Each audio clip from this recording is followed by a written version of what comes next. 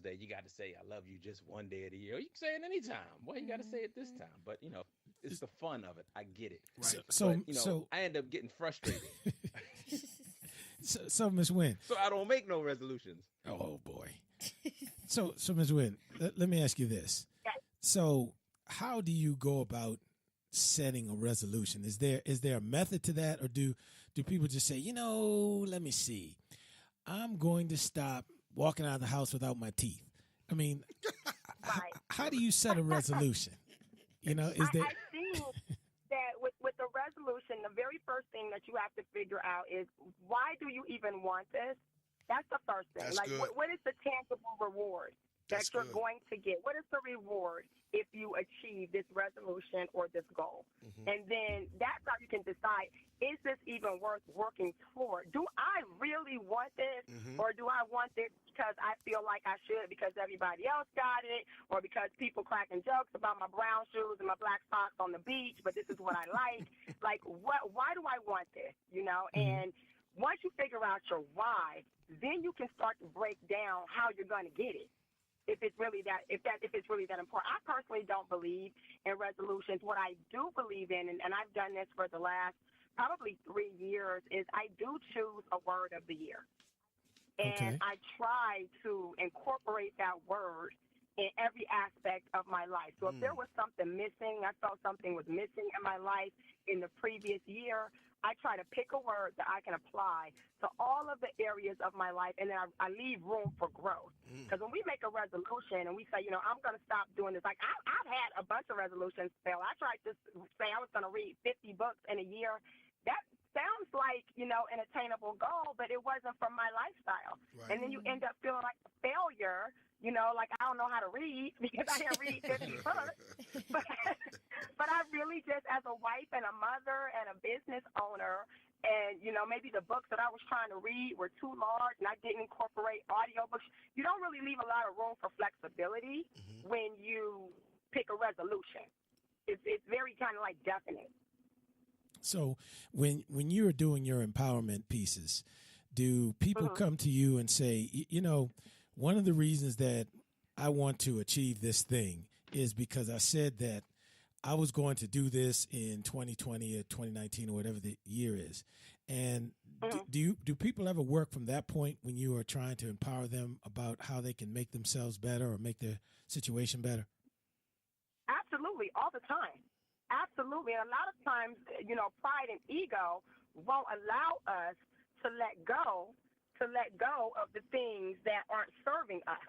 So it goes back to, okay, why is this important to you?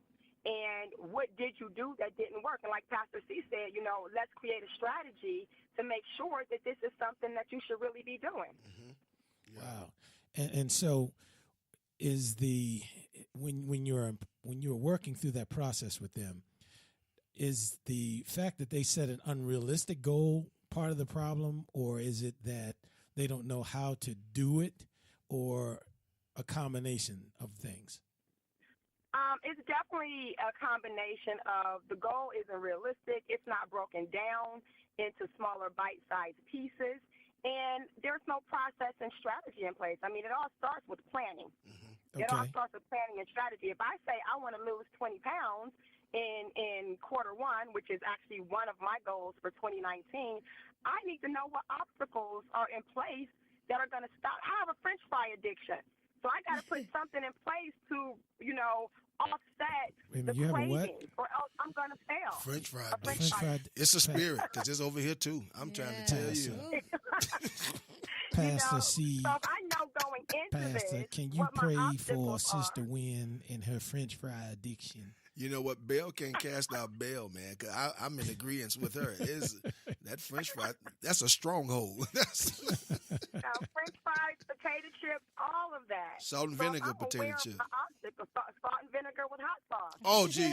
See? Like that one. I know. Wow. I know. That's hood snacks. Wow. Hood snacks for your listeners. Give it a try.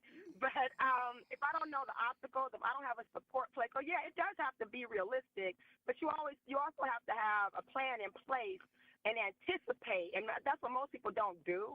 They don't anticipate, the obstacles that are going to be in place to achieve this resolution or this goal.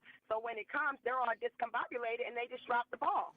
True. Wow. Now in your travels, when you're working through these issues with your clients, has the lack of accomplishing those goals, those resolutions, led to bigger issues in terms of people's relationships or their self-esteem or, all those types of things? I'm just trying to get a feel of how powerful are resolutions in terms of people's psyche, if you will. That's a good question.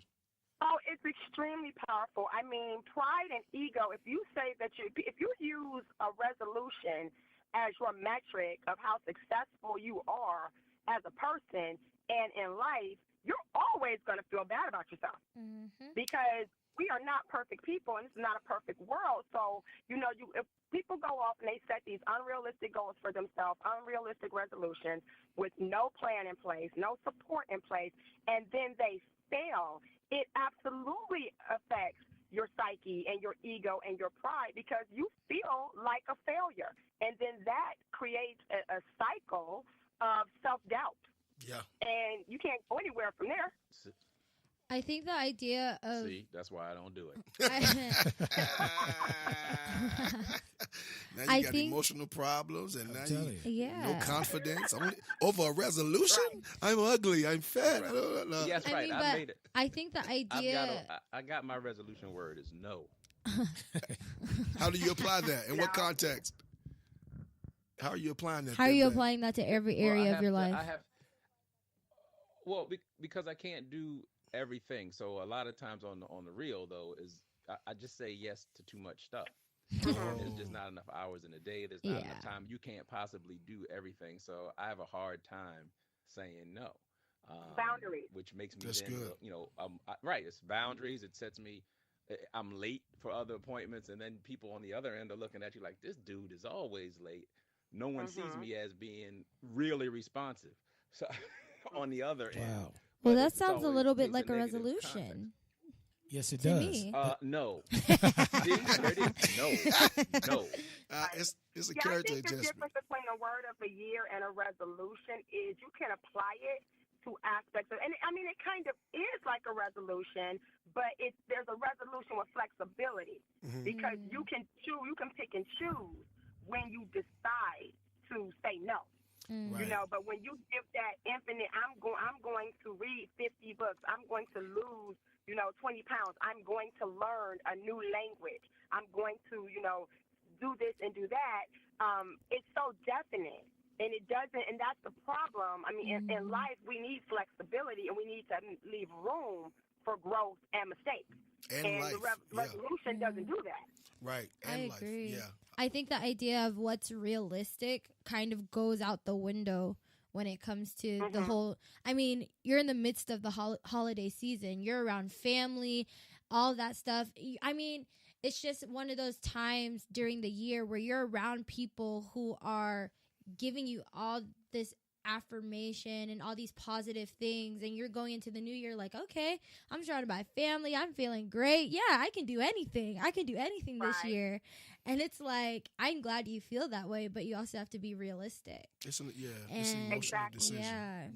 But I also think, how am I going to go to a Super Bowl party and there's going to be bowls and bowls of potato chips? What am I supposed to eat? Potato chips. I think you should start your resolution like mid-quarter or half the year or something like that. Yeah. I agree. Yep.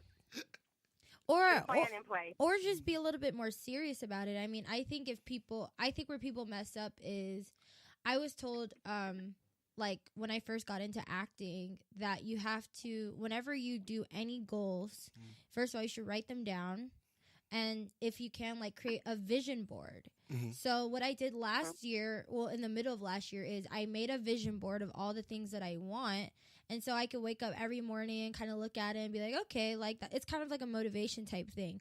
But I think that those are the steps that you should take to to plan out real goals. And I don't think people see resolutions as real goals. Like they don't take the steps to accomplish resolutions as they would like, okay, I want to graduate in this amount of time, so I have to do XYZ. Like there's a plan in place. You're not just saying it, but like you know the things that you have to do to get there. So you're actively working throughout the year to do that.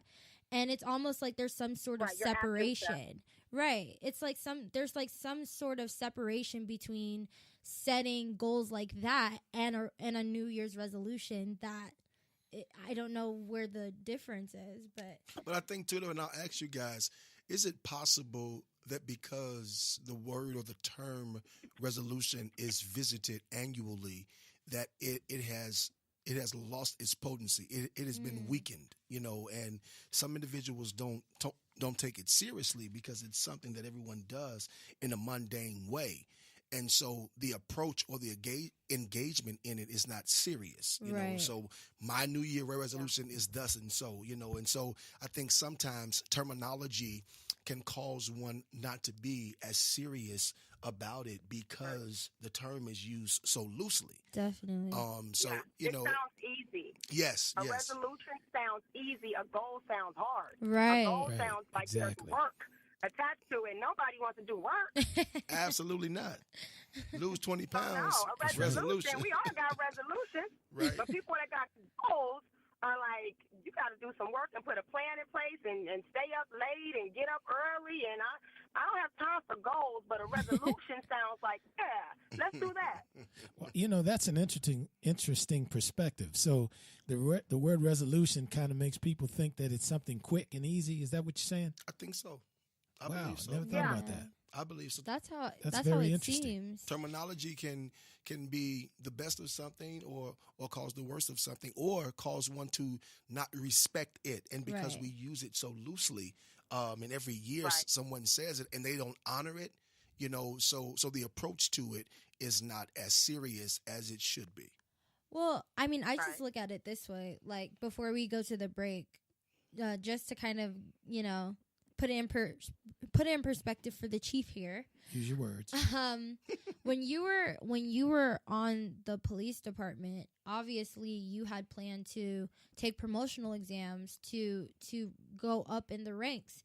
Do you think that you would have taken those promotional exams or you moving up in the ranks as seriously if you would have just said on January 1st, this year I think I'm going to go for sergeant? Do you think you would have taken it as seriously if you would have just said that? Or because it was a goal, you're like, okay, yeah, I want to be sergeant, so that means I have to take this exam, I have to study, I have to do this, I have to do that. I mean, do you agree? Or well, that's a good point. When I was competing in the promotional processes, you had to pretty much make up your mind way out that you wanted to be serious because it took a lot of time and a lot of attention. Right. And normally I would study for at least 4 months, 4.5 months, of intense study, preparing for each exam. And then for the upper ranks, you not only had that part of the process, but then you had the oral assessment centers, which happened about a month or two after the written part. So it was quite a process. And to your point, you're right. I didn't wait until January 1st to say, one of my resolutions is I'm going to go ahead and get promoted to the next rank.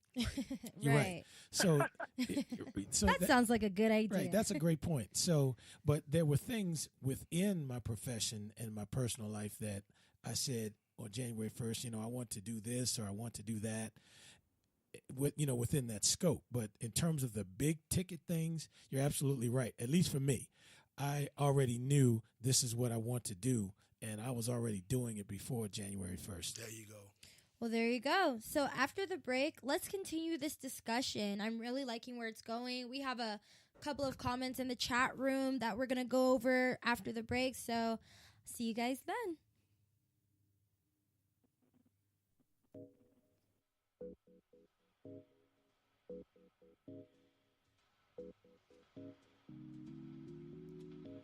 You're listening to Straight No Chaser. We'll be right back.